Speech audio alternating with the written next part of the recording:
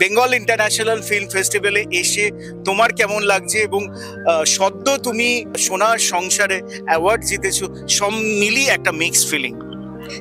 খুব ভালো লাগছে, আমাদের সোনার সংসার খুব জমজমাট ভাবে হয়েছে, কালকেই হয়েছে ইনফ্যাক্ট। তো সেখান থেকে আজকে তোমাদের এখানে এসে ভীষণ ভালো লাগছে, সবসময় মনে হচ্ছে ফেস্টিভ্যাল মুডে আছি। আর এটা আমার এখানে আসা ফার্স্ট টাইম। মুভিটা আমাদের কাছে সত্যি একটা ইন্সপিরেশন, যে প্রতিদিন কিভাবে কাজটা শিখতে হয়, কিভাবে কাজটা করতে হয়। তো সব মিলিয়ে ভীষণ ভালো লাগছে। বিশেষ করে বয়স বাড়ছে, যে কোন পৃথিবী রেখে যাচ্ছি আগামীর জন্যে। আজকে না কিরকম একটু ভরসা পেলাম। আসলে রবীন্দ্রনাথের ঘোড়া অনেকবার পড়েছি, কিন্তু তার থেকে এই ধরনের একটা এক্সট্র্যাক্ট বার করে নেওয়া, এবং যা আমাদের যাপনের একটা মাধ্যম হতে পারে, সেটা কিন্তু কৌশিক করে দেখিয়েছে। দোসর অসাধারণ। নিশিতা, প্রথমে বলো তুমি কেমন আছো, এবং এখন পড়াশোনা এবং আদার্স নিয়ে কেমন চলছে লাইফ? খুব ভালো। খুব ভালো? হ্যাঁ। আর এই যে তোমার সেটকে মিস করো না? ভীষণ মিস করি। কাকে কাকে মিস করো? ওগুলো সবাইকে। আজকে তোমার দাদুর সঙ্গে দেখা হলো, কি বললে দাদু? অনেক কিছু। কি বললে? যে দাদু ভাই তুমি আমাদের বাড়ি একদিন এসো প্লিজ, বলেছি। আমরা একটু জেনে নেব ওদের রিয়াকশন আফটার আদর। আমার ভালোই লেগেছে, বিশেষত একটা পোষ্য যখন আমাদের বাড়িতে থাকে তাদের সাথে একটা যে সম্পর্ক, ওটা যে এত সুন্দর করে তুলে ধরা হয়েছে, সেটা সত্যি খুব ভালো লেগেছে আমার।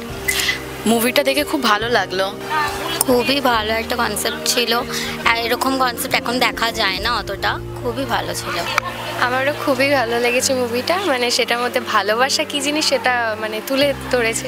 এই মিঠুন চক্রবর্তীর লুকটা আপনি কেন হঠাৎ নিজের মধ্যে পরিবর্তিত করলেন, এর পিছনে কি কারণ আছে? দেখুন, ছোট থেকে ওনার ছবি দেখে আমি বড় হয়েছি। যে আমার চুল কাটতে, সে হট করে আমাকে বললো তোকে এরকম চুল কেটে দেবো।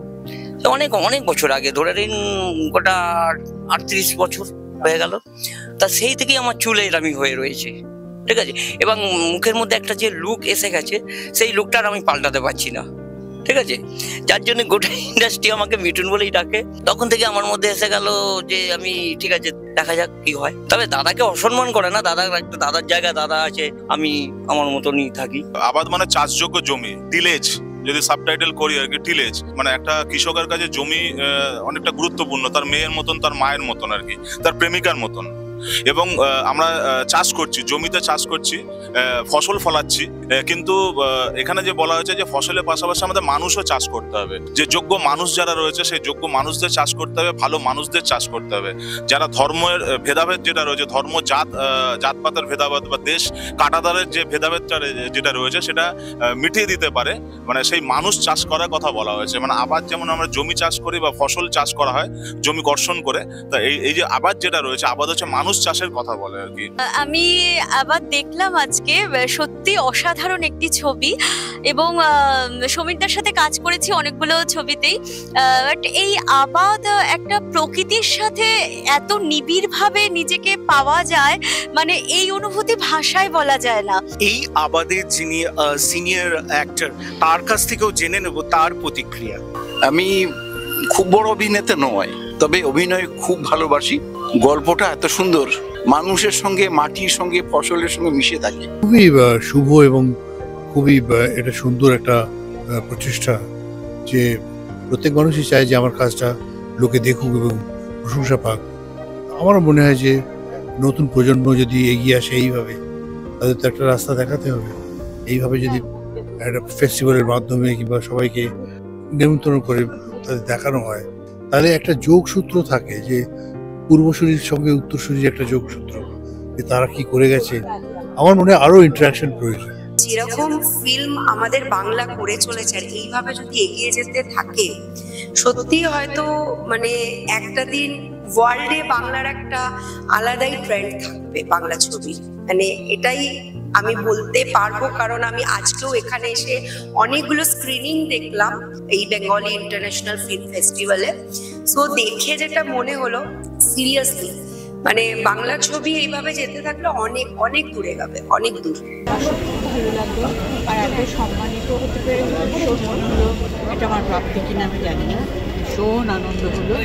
সব থেকে ভালো লাগলো এই যে ছোট ছোট বাচ্চাদের সম্মান জানানো হলো, তারা এখন ছোট ছোট ছবি বানাচ্ছে। এইটা আমাদের আজকের বোধহয় সব থেকে বড় পাওনা। খুব ভালো লাগছে যে বেঙ্গল ইন্টারন্যাশনাল ফিল্ম ফেস্টিভ্যালে আমাদের এই ছবিটা দেখানো হচ্ছে, অ্যান্ড এটা খুব একটা সম্মানের বিষয় আমাদের জন্য। আশা করি বেঙ্গল ইন্টারন্যাশনাল ফিল্ম ফেস্টিভ্যাল আরও অনেক দূর এগিয়ে যাবে, আরও ভালো ভালো ছবি দেখাবে অ্যান্ড আমাদেরকে পাশে রাখবে।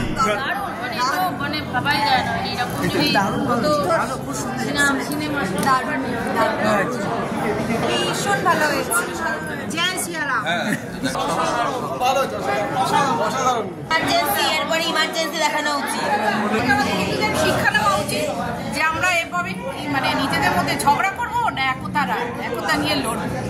আমরা হিন্দুরা হিংসা হই তাহলে সবসময় লুকিয়ে রাখা উচিত নয়, সামনে আনা উচিত। তবে সেখানে যেন ধর্মটা বড় না হয়। আমরা সবাই মানুষ, প্রত্যেককে এটা মনে রাখতে হবে। খুব ভালো লেগেছে।